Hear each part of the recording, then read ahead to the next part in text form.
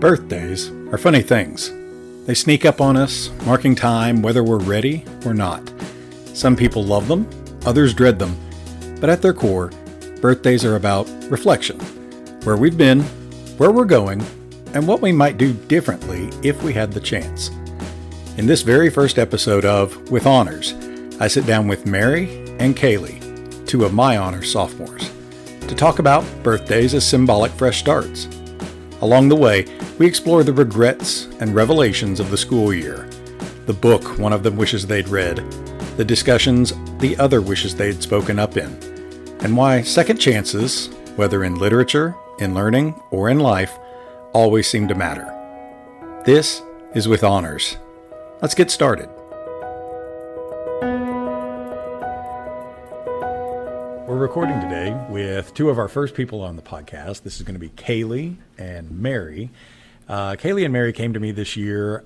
Never really had them in class before, but Kaylee and Mary are both very familiar kinds of students to me.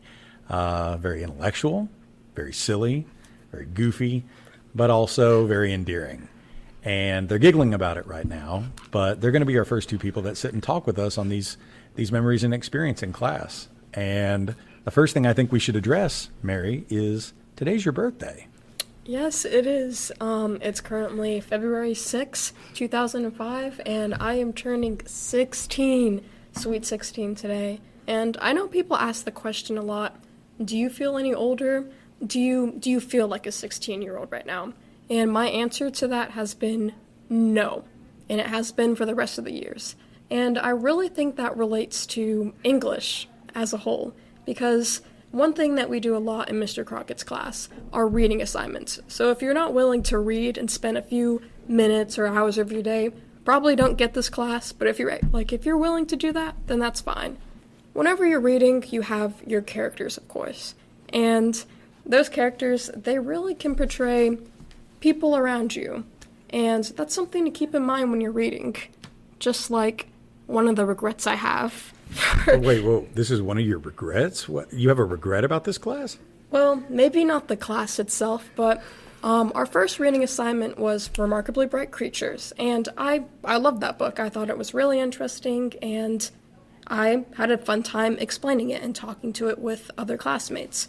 Our second assignment was The Hobbit, and overall, in my class, they weren't as thrilled about it as they were the first book, and as I was talking about regrets, I did not complete that book. I looked up some summaries. I did enough where I thought I knew. Whenever the comp check came around and we had to do an actual test, I failed that, brought my grade down a little bit, wasn't happy. So I made sure to read the next book that we did, Fahrenheit 451, which is an amazing book if you want to check it out. So just true talk before we go over to Kaylee, what was the difference between Hobbit, Remarkably Bright Creatures, and Fahrenheit that let's be honest, you dipped out on Hobbit? Was it because of the timing of the year? Was it because, the content? What do you think it was? For me, it really was the content and, the reading style. Whenever I'm reading books, I typically enjoy dystopian books, fantasies. And while The Hobbit was a fantasy book, it just wasn't my type of book. So I really couldn't get into it. Remarkably Bright Creatures was not fantasy, but it was very compelling with the way that the story was being told. And then Fahrenheit 451, that was interesting. It's not something that you hear in your day-to-day life, and in our class we had a lot of good discussions over it. I think the next time we have you in for one of these episodes, that's something we should talk about, is comparing the style of Shelby Van Pelt writing Remarkably Bright Creatures and Ray Bradbury writing Fahrenheit, because Tolkien's style is completely different, I think, from both of them. Not just in time period, but just in the kinds of sentences he uses. It is a fantasy, but Remarkably Bright Creatures is what we would call magical realism, because it does feature the octopus that thinks and talks in his own way. Kaylee, over to you. You talked earlier to me about, things that you wish you had known or things you would do different or definitely do. What advice could you give to honors kids from your own personal experience?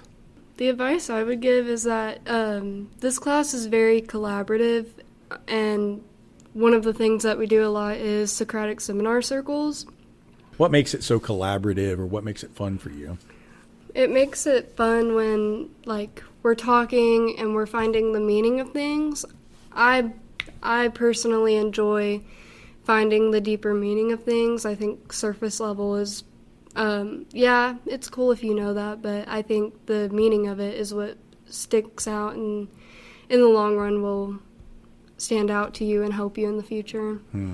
As a teacher, that's going to be one of my jobs for you, is helping you and other students look beyond surface level readings. What advice do you think you could give for a teacher like me to help you or other classes of kids? How do we get beyond that surface for you?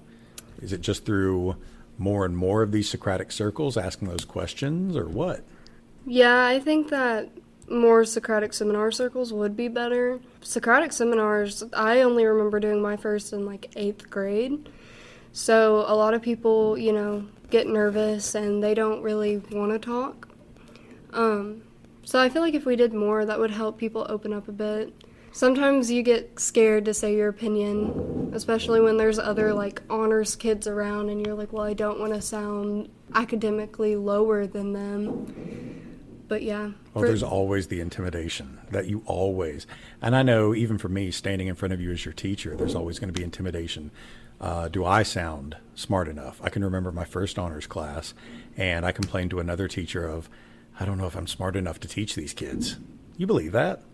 But then you guys are in here and you feel the same exact thing too. What a really human way of thinking about that. If you had a regret, is that what your regret would be? Like you want to participate more? Or is that your due? Like, here's the advice, definitely participate in that. I think it goes both ways. I regret not really participating as much as I should in the first few ones. I also wish that just be confident. That's the advice I would give. All these other honor kids are in the same boat as you. They are probably just as nervous, just as worried as messing up, and the only thing you can do is try. If you don't try, you'll never know. What a great thing. Doesn't Bradbury say that in Fahrenheit, that if you never put yourself out there, that if you never let yourself get hurt, you're never going to learn, that you're never going to be able to grow from this.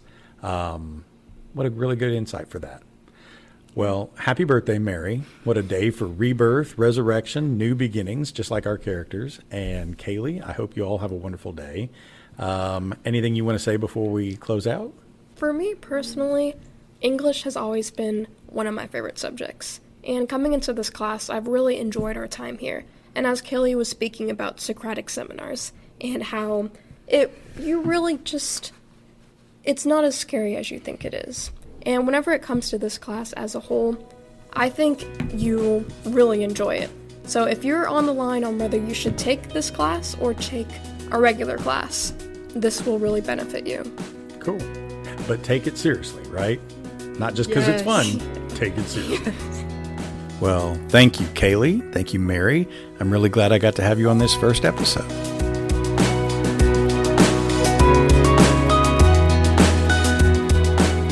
Every conversation we have, whether in the classroom, in passing, or right here on this podcast, is a moment captured in time. And if there's one thing I've learned, it's that these moments don't last forever. Students graduate, move on, chase their futures. But for a little while, we get to sit together and talk about books, about ideas, about what we wish we had done differently, and what we're proud of having done it all. For me, this is more than just a podcast. It's a way to hold on to these moments, to revisit voices and thoughts long after their desks are empty. And next time, 2 more of this year's students will take a seat, and we'll see where that conversation leads. Until then, make good choices. Class dismissed.